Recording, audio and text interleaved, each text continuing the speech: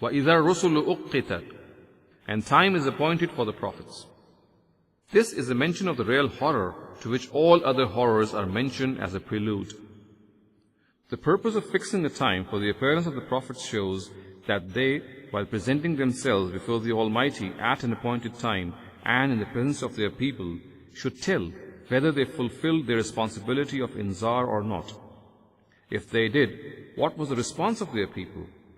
At other places in the Qur'an, it is mentioned in detail how prophets will be called for this purpose and the attitude of their people will be inquired after, and how they will bear witness before these people. A verse in Surah Ma'idah reads thus, يَوْمَ يَجْمَعُ اللَّهُ الرُّسُلَ فَيَقُولُ مَاذَا أُجِبْتُمْ قَالُوا لَا عِلْمَ لَنَا إِنَّكَ أَنْتَ عَلَّامُ الْغُيُوبِ.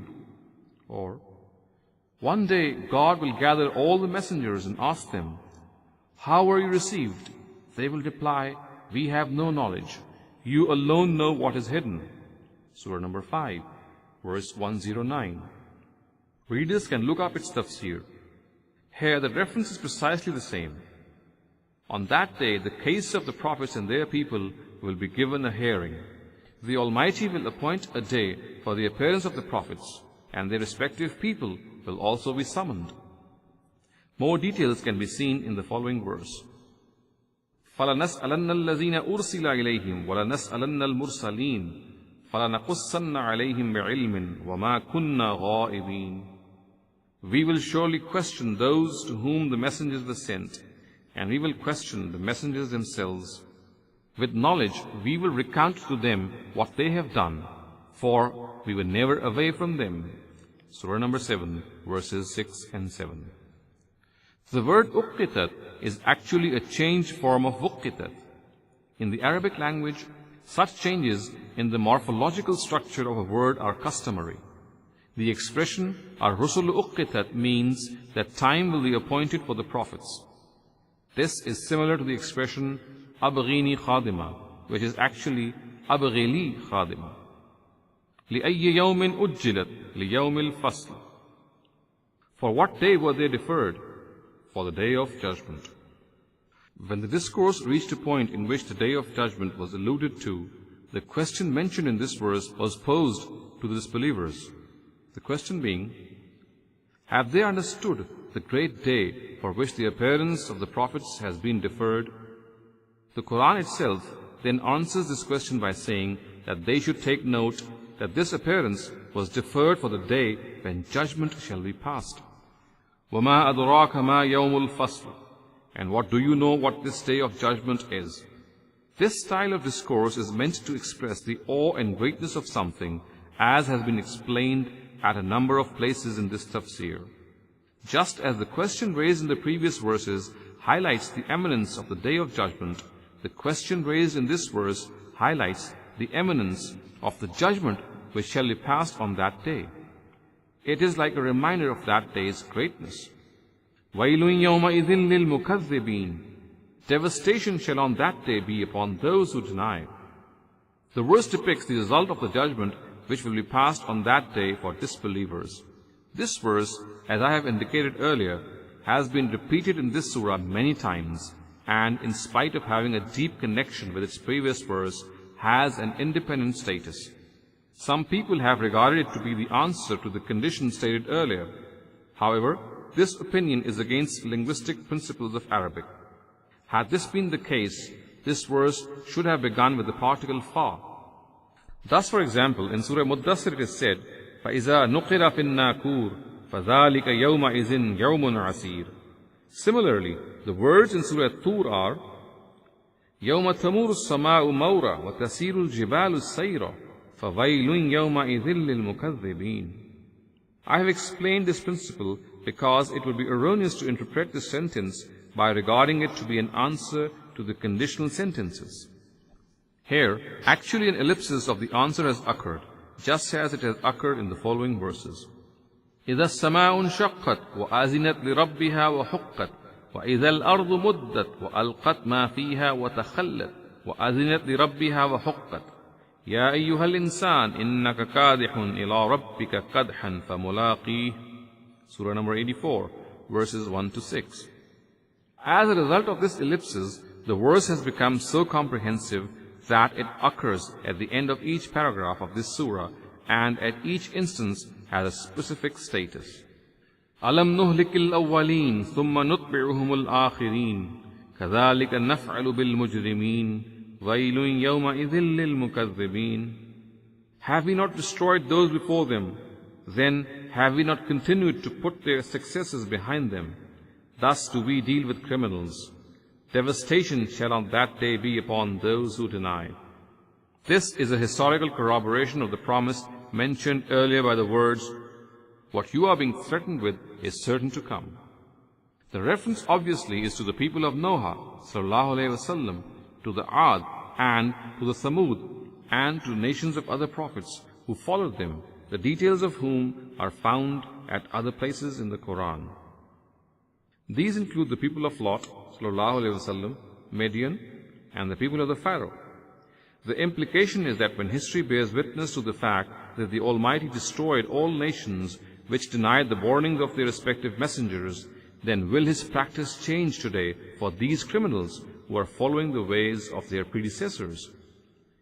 An incomplete verb is suppressed in the verse, ثُمَّ نُتْبِعُهُمُ الْآخِرِينَ. If this verse is translated keeping in view this suppression, it would mean, have we not been continuously putting those who follow their predecessors behind them? This persistent practice of the Almighty shows that it is unalterable. This is what happened in the past, and this is what will happen in the future. Moreover, this relentless practice of the Almighty also bears evidence to the fact that the day of which the messengers of God have warned their people is certain to come. Although the verse, كَذَلِكَ نَفْعَلُ بِالْمُجْرِمِينَ, states a general principle, it specifically refers to the fact that the Almighty will also deal with the Quraysh in a similar manner. If they do not desist from their stubbornness, their fate will be no different on the Day of Judgment than that of other criminals. The law of God is the same for all. After this, the verse, وَيْلٌ يَوْمَئِذٍ لِلْمُكَذِّبِينَ is repeated. Its placement and occasion are absolutely clear. The word wail encompasses in it all forms of punishment which will be encountered by the criminals on the Day of Judgment and which have been mentioned in the Qur'an. Though it is apparently a very short word, concealed in its brevity is such horror that cannot be encompassed by the most elaborate of details. أَلَمْ نَخْلُقكُّم مِّن مَّاءٍ مَّهِينٍ فَجَعَلْنَاهُ فِي قَرَارٍ مَّكِينٍ إِلَى قَدَرٍ مَّعْلُومٍ فَقَدَرْنَا فَنِعْمَ الْقَادِرُونَ وَيْلٌ يَوْمَئِذٍ لِلْمُكَذِّبِينَ. Have we not created you from an insignificant fluid? Then we placed it in a safe abode till an appointed time. Thus did we estimate. How excellently do we estimate! Demolition shall on that day be upon those who deny. The previous verses presented historical evidence.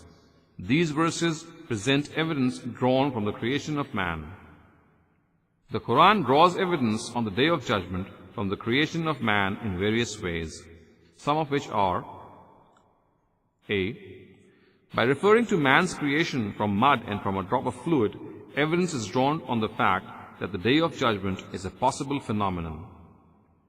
B. The signs of God's power, wisdom and creativity in the creation of man entail that a Day of Judgment must come. C.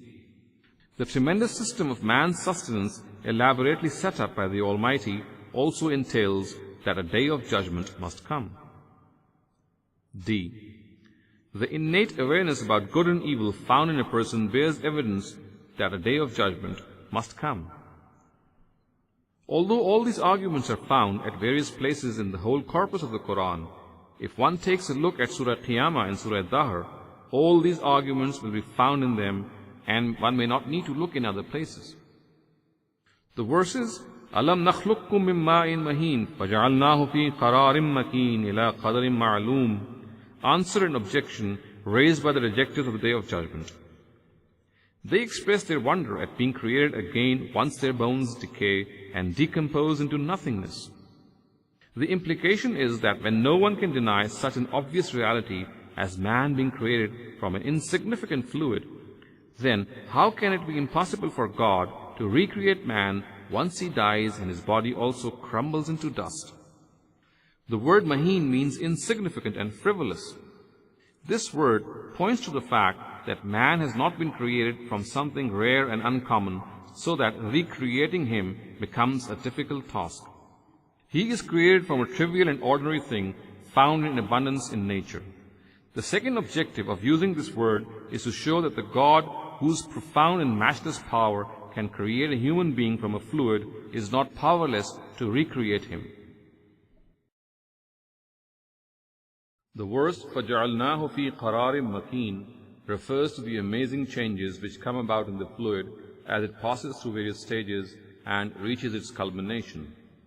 The word qarar means rest and place of rest. Here it refers to the latter, and the reference is to the womb, which has been appointed as a place of safety for this very purpose. When the word makeen is used as an adjective for a place, it refers to a place which is secure from hazards, dangers, and undue interventions. The verse ila qadarim ma'loom refers to the fact that the fluid is placed in a secure place till an appointed time, so that whatever potential is destined to appear in it is given the opportunity.